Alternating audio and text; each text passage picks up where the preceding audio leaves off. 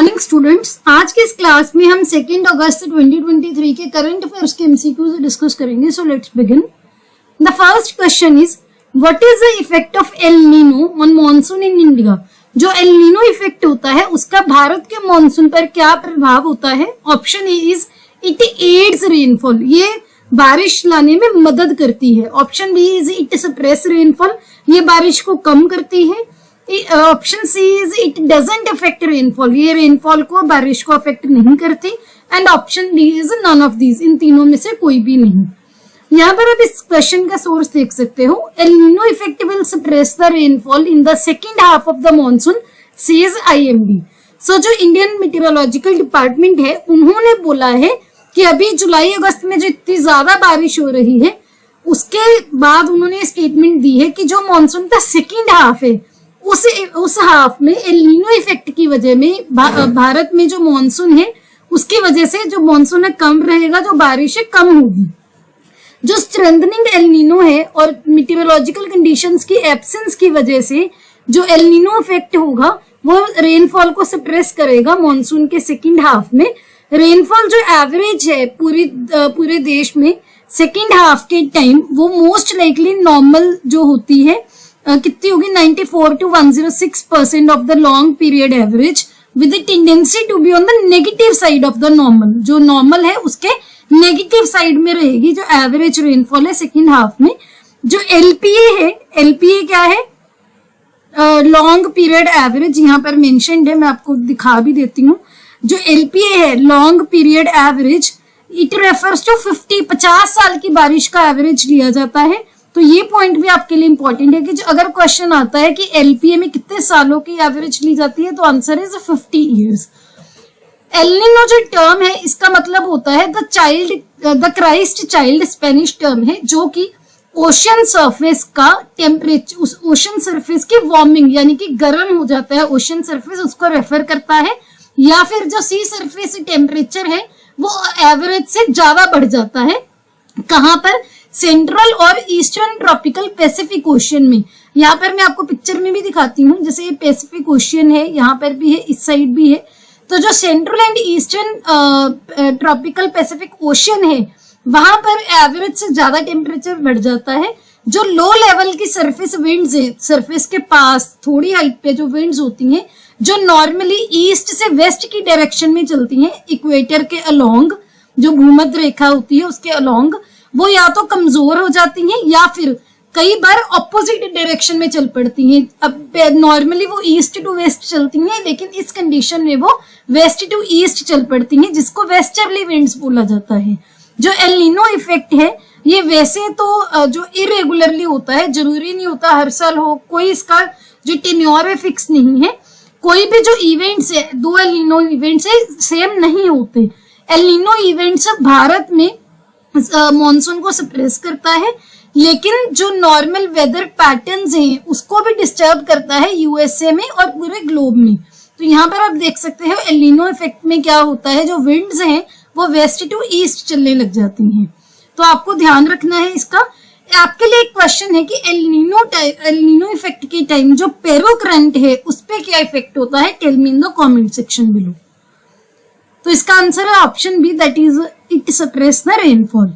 Next question is the biggest export market for India made smartphones is.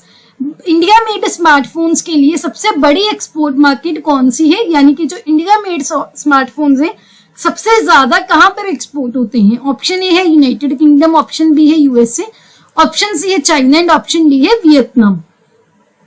यहाँ पर आप देख सकते हैं US is biggest export market for India made smartphones according to the government data.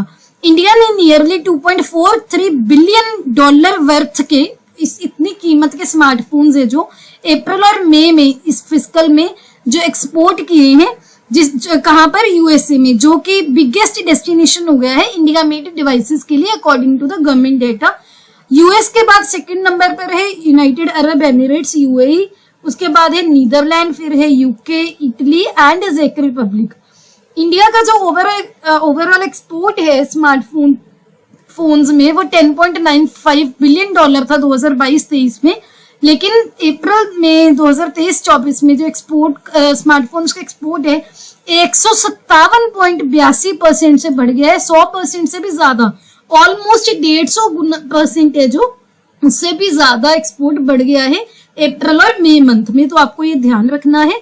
तो इसका answer है option B, that is USA.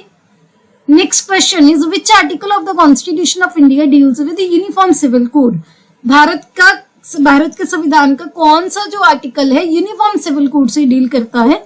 Option A है आर्टिकल 51, ऑप्शन बी है आर्टिकल 12, ऑप्शन सी है आर्टिकल 19 एंड ऑप्शन डी है article 44। यहाँ पर आप इसका जो सोर्स है देख सकते हैं, जो यूसीसी है uniform civil code, it unlikely to be pushed before 2024 Lok Sabha election, एक स्टेटमेंट दी गई थी गवर्नमेंट के द्वारा। सो यूनिफॉर्म सिविल कोड क्या होता है? इसके अंदर कुछ लॉज की कलेक्शन होती है जो कि आपके पर्सनल मैटर्स को गवर्न करता है, जैसे कि मैरिज हो गई, डिवोर्स हो गया, अडॉप्शन हो गया, सक्सेशन, इनहेरिटेंस एटसेट्रा, जो कि हर सिटीजन पे सेम एप्लीकेबल होता है और ये मैटर नहीं करता कौन से रिलीजन से बिलोंग करते हो। इसका मेन पर्पस क्या है कि जो करंट डाइवर्स पर्सनल लॉज है उनको रिप्लेस करना, जो कि रिलीजियस बिलीफ्स पर जो है बेस्ड डिफर करते हैं। यूनिफॉर्म सिविल कोड क्या है, किस चीज को रेफर करता है? Proposition of having a uniform set of civil laws for all the citizen of country irrespective of the religious और कल्चरल एफिलिएशंस। जो भारत के कॉन्स्टिट्यूशन में डीपीएसपी है, जो पार्ट 4 में है, directive principle of state policy, उसके आर्टिकल 44 के अंडर है कि state shall endeavour to secure its citizens a uniform civil code throughout the territory of India. तो आपको ये ध्यान रखना है। इसका आंसर है option D, that is article 44। और यूनिफॉर्म सिविल कोड क्या है? डीपीएसपी का पार्ट है, ये भी आपको ध्यान रखना है। आपके लिए क्वेश्चन क्या है कि आर्टिकल 51 क्या है, आर्टिकल 12 क्या है और आर्टिकल 19 क्या है। Next question is the Maharashtra government has decided to confer the first Udyog Ratna award on. Maharashtra की सरकार ने डिसाइड किया है कि जो पहला उद्योग रत्न अवार्ड है किसको दिया जाएगा। ऑप्शन ए है Mukesh Ambani, option B is Ratan Tata, option C is Shiv Nadar and option D is Gautam Adani. यहाँ पर आप इस क्वेश्चन जो न्यूज का सोर्स देख सकते हो, इंडियन एक्सप्रेस की है ये। यहाँ पर रतन टाटा जी की पिक्चर लगी हुई है, जिससे आप समझ गए होंगे कि इसका आंसर है रतन टाटा जी। महाराष्ट्र की गवर्नमेंट ने डिसाइड किया है कि उद्योग रत्न फर्स्ट अवार्ड जो है टाटा सन्स के जो चेयरमैन है और वेटरन इंडस्ट्रियलिस्ट हैं रतन टाटा जी, उनको दिया जाएगा। ये अवार्ड महाराष्ट्र के स्टेट का हाईएस्ट ऑनर होगा, जो कि ऐसे इंडिविजुअल्स को दिया जाएगा जिन्होंने काफी कंट्रीब्यूट किया है। फर्स्ट रेसिपिएंट होंगे रतन टाटा जी। तो आपको ये ध्यान रखना है, इंपॉर्टेंट है। इसका आंसर है option B, that is Ratan Tata ji. Next question is which company will open first ever floating store in Dal lake.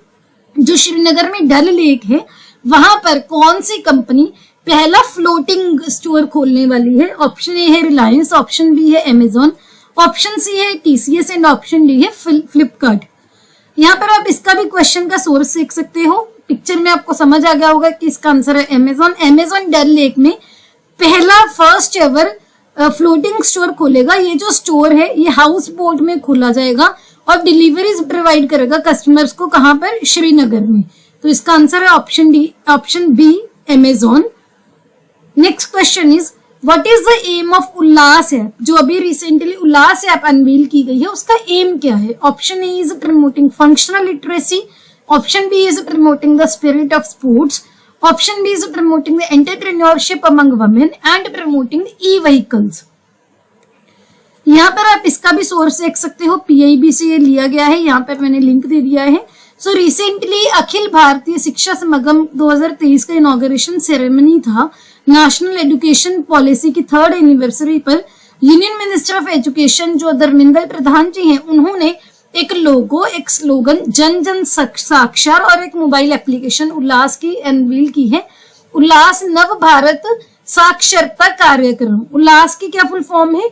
Understanding lifelong learning for all in society. Ullas किस पे फोकस करेगी? एक तो फंक्शनल लिटरेसी पर, वोकेशनल स्किल्स पर और बहुत सारी ऐसी लाइफ स्किल्स जो कि किसी भी सिटीजन को कंट्री की नेशन बिल्डिंग में हेल्प करेगी, जैसे कि फाइनेंशियल लिटरेसी हो गई, फाइनेंसेस के बारे में आपको नॉलेज दी जाएगी, लीगल लिटरेसी हो गई, डिजिटल लिटरेसी, सिटीजन्स के एम्पावरमेंट, सो दैट वो कंट्री की नेशन बिल्डिंग में इन्वॉल्व हो सके। तो इसका आंसर है option A, that is promoting functional literacy. Next question is which type of current is a gulf stream. जो गल्फ स्ट्रीम है कौन से टाइप का करंट है? ऑप्शन ए है कोल्ड करंट, ऑप्शन बी है warm current, option C is it is not a current, ये current है ही नहीं, option D is none of the above statement is true. यहाँ पर आप इसका भी एक सोर्स देख सकते हैं, मैंने लिंक लगाया है। सो जो गल्फ एक रिसेंट स्टडी हुई है जिसके अकॉर्डिंग जो गल्फ स्ट्रीम सिस्टम है ये 2025 तक कोलैप्स हो सकता है। सो गल्फ स्ट्रीम क्या है? ये एक Swift and warm ocean current है जो कि नॉर्थ अमेरिका के ईस्टर्न कोस्ट के अलोंग फ्लो करता है। जैसे सपोज ये नॉर्थ अमेरिका है, मैंने ये सही नहीं मैप बनाया, ऐसे रैंडमली बना रही हूँ। इस साइड गल्फ स्ट्रीम चलती है जो कि अटलांटिक ओशियन को क्रॉस करती है यूरोप के टुवर्ड्स जाते हुए। यहाँ पर आप देख भी सकते हैं ये नॉर्थ अमेरिका है, ये गल्फ स्ट्रीम है और ये ऐसे जा रही है, यहाँ पर है यूरोप, ये अटलांटिक ओशियन है, ये भी आपको यहाँ पर विजिबल है, तो आपको ये ध्यान रखना है। तो इसका आंसर है option B, that is a warm current. Next question is which organisation released global education monitoring report. Global education monitoring report किस ऑर्गेनाइजेशन ने रिलीज की है? ऑप्शन ए है यूनेस्को, ऑप्शन बी है WTO, ऑप्शन सी है IMF and option D है G20। UNESCO ने 2023 की global education monitoring report publish की है जिसका टाइटल है technology in education a tool on whose terms, जो कि वर्ल्ड वाइड बैन, जो स्मार्टफोन्स पर बैन जो है लगाया जाएगा स्कूल्स में, जहां पर टेक्नोलॉजी इंटीग्रेशन लर्निंग आउटकम्स को इम्प्रूव नहीं करेगी, वहां पर स्मार्टफोन्स पर बैन लगाने को पूरी दुनिया में सपोर्ट करेगा। तो ये इंपॉर्टेंट क्वेश्चन है, आपको ध्यान रखना है। आंसर है यूनेस्को। आपके लिए क्वेश्चन है कि यूनेस्को के हेडक्वार्टर्स कहां पर हैं। Next question is the Byculla railway station has been awarded by UNESCO. Byculla railway station is located in which state. Recently UNESCO ने बाइकला रेलवे स्टेशन को अवार्ड दिया है। बाइकला रेलवे स्टेशन कौन से राज्य में स्थित है? Option is Maharashtra, option B is West Bengal, option C is Kerala and option D is Madhya Pradesh. Recently heritage Byculla railway station जो कि दोबारा से रिस्टोर किया गया है अपनी ओरिजिनल ग्लोरी में, उसको UNESCO Asia Pacific cultural heritage award मिला है। बाइकला रेलवे स्टेशन महाराष्ट्र के मुंबई में है, यहाँ पर मैं लिखना भूल गई, आई एम सॉरी। तो आपको ध्यान रखना है मुंबई में है जो कि महाराष्ट्र की कैपिटल है। Next question is which river is known as Dakshin Ganga. हम एक एक करके रिवर्स जो है कंप्लीट करने की कोशिश करेंगे। आज का क्वेश्चन है कि कौन सी नदी को दक्षिण गंगा बोला जाता है। एक चीज यहाँ पर ध्यान रखिएगा, दक्षिण गंगा और दक्षिण की गंगा दोनों में डिफरेंस है। यहाँ पर मैं दक्षिण गंगा पूछ रही हूँ आपसे। Option A is Kaveri river, option B is Godavari river, option C is Narmada river and option D is Krishna river. जो गोदावरी नदी है इसको दक्षिण गंगा के नाम से जाना जाता है। ये पेनिनसुलर रिवर सिस्टम की सबसे बड़ी नदी है जो कि महाराष्ट्र के नासिक डिस्ट्रिक्ट से स्टार्ट होती है, जो अपना पानी आगे जाकर बंगाल की खाड़ी में डिस्चार्ज करती है। तो आपको ये ध्यान रखना है। आपके लिए क्वेश्चन है कि गोदावरी नदी की ट्रिब्यूटरीज कौन कौन सी हैं। तो इसका आंसर है option B, that is Godavari river. यहाँ पर हमारे सोशल मीडिया के जो हैंडल्स है, यूजर नेम है, इनके लिंक आपको डिस्क्रिप्शन बॉक्स में मिल जाएंगे। इसके अलावा एक व्हाट्सएप का चैनल भी है, इसका भी लिंक आपको डिस्क्रिप्शन में मिल जाएगा, जहां पर जो भी अपकमिंग जॉब्स होती हैं उसकी मैं जो डिटेल्स और नोटिफिकेशन है वो शेयर करती हूँ। वो भी बिल्कुल फ्री ऑफ कॉस्ट ज्वाइन कर सकते हैं। इनके लिंक आपको डिस्क्रिप्शन बॉक्स में मिल जाएंगे। अगर आपको ये वीडियो अच्छी लगी please hit the like button, अपने दोस्तों के साथ वीडियो को शेयर कीजिए। Don't forget to subscribe to my channel. See you tomorrow at 8 o'clock. Have a nice day.